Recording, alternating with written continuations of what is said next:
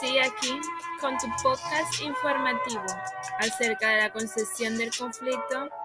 A continuación tendremos algunos invitados que nos van a aclarar acerca de la concepción del conflicto.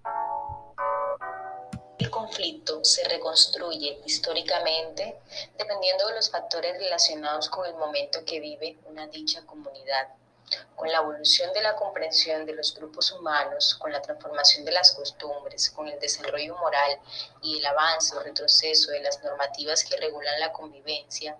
Desde esta perspectiva, lo que hace un siglo era considerado como un conflicto, hoy puede serlo o no serlo, y además lo que antes era asumido como algo sin interés desde el análisis del conflicto, hoy puede represar todo un fenómeno relevante para cualquier tipo de estudio.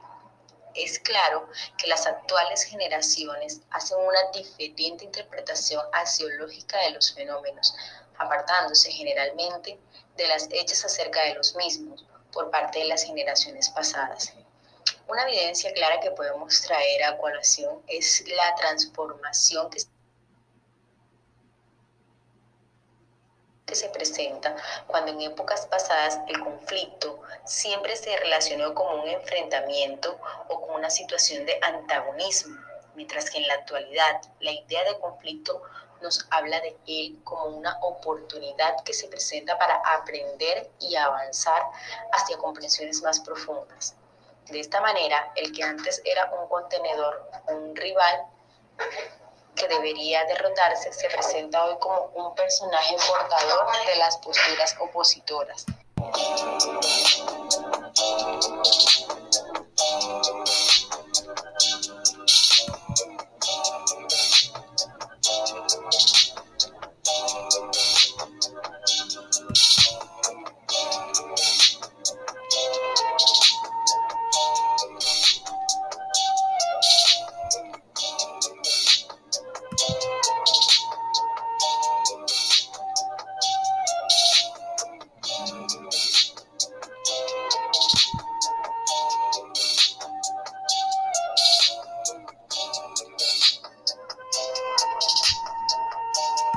La concepción. Como primera perspectiva tenemos la tradicional o racionalista, la cual el conflicto es considerado como un elemento que acaba por perjudicar gravemente el normal funcionamiento de la organización. Como segunda perspectiva tenemos la sociocrítica o socioafectiva, que se favorece el afrontamiento de determinados conflictos desde una perspectiva democrática y no violenta, la cual podemos denominar como la utilización didáctica del conflicto. Y por último tenemos la perspectiva interpretativa.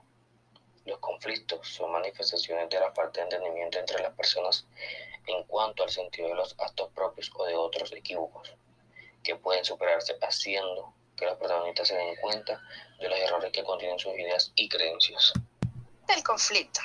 Las causas del conflicto se desencadenan desde un conflicto que se puede dar de manera individual, simultáneo o multicausal. Para ello, ellas se representan por la falta de comunicación.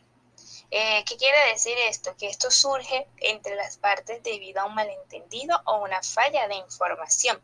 Como por ejemplo, una mujer pelea con su pareja porque no le comunicó el horario de su reunión. La discordancia de intereses, esta surge entre las partes de cada una, busca su propio beneficio, como por ejemplo, que el país quiera la soberanía de otro o que quiera la jerarquía del otro. La discordancia de valores, esta surge que se ven involucradas en diferencias como son creencias, costumbres y valores, como por ejemplo, dos personas de religiones diferentes, que hay una discusión ellas discuten y defienden su propia tradición. La discordancia de roles, que ésta surge es de un conflicto de partes involucradas, ya de una de ellas les reclama, o sea, denunciable, o sea, hay arrestamiento de derechos, de beneficios.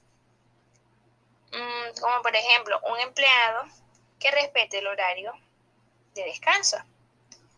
Las desigualdades. Para ellos, este conflicto surge por partes de desigualdad, sea de social, económica, que quiere eliminar. Muchas veces se dan situaciones conflictivas debido a la escasez de recursos, aunque la abundancia de recursos también puede ser motivo de conflicto. Como un ejemplo más breve así es, un grupo de ciudadanos le reclama al gobierno que suba los alimentos. Ellos también tenemos unos tipos de conflictos. Voy a ser un poco más específica. Están los conflictos interpersonales que se dan al interior de la persona consigo misma. Están los conflictos interpersonales, que es aquella que se da entre dos o más personas. Los participantes tienen prejuicios en sí y suelen estar unidos en lazos o estrechos. Están los conflictos de grupos que se dan por problemas que se originan entre grupos, personas y diversos motivos. Están los conflictos ideológicos que se enfrentan personas o grupos con posturas ideológicas, posturas políticas opuestas o definen intereses distintos. Están los conflictos religiosos que se enfrentan diferentes sectores dentro del mismo culto, dentro de los mismos miembros, dentro del culto, dentro que se oponen entre sí. Están los conflictos políticos, que son uno de los más derivados, que se enfrentan entre bandas, sectores o intentan obtener el poder político, económico y territorial de cuyo estado. Están los conflictos fisiológicos, que se enfrentan por personas o grupos de diferentes interpretaciones sobre un tema. O sea, él opina esto, este opina esto, yo me voy por este autor, yo me voy por el otro autor. Están los conflictos los más conflictos armados, que se enfrentan entre grupos militares o paramilitares que pertenecen a obtener el poder de un territorio.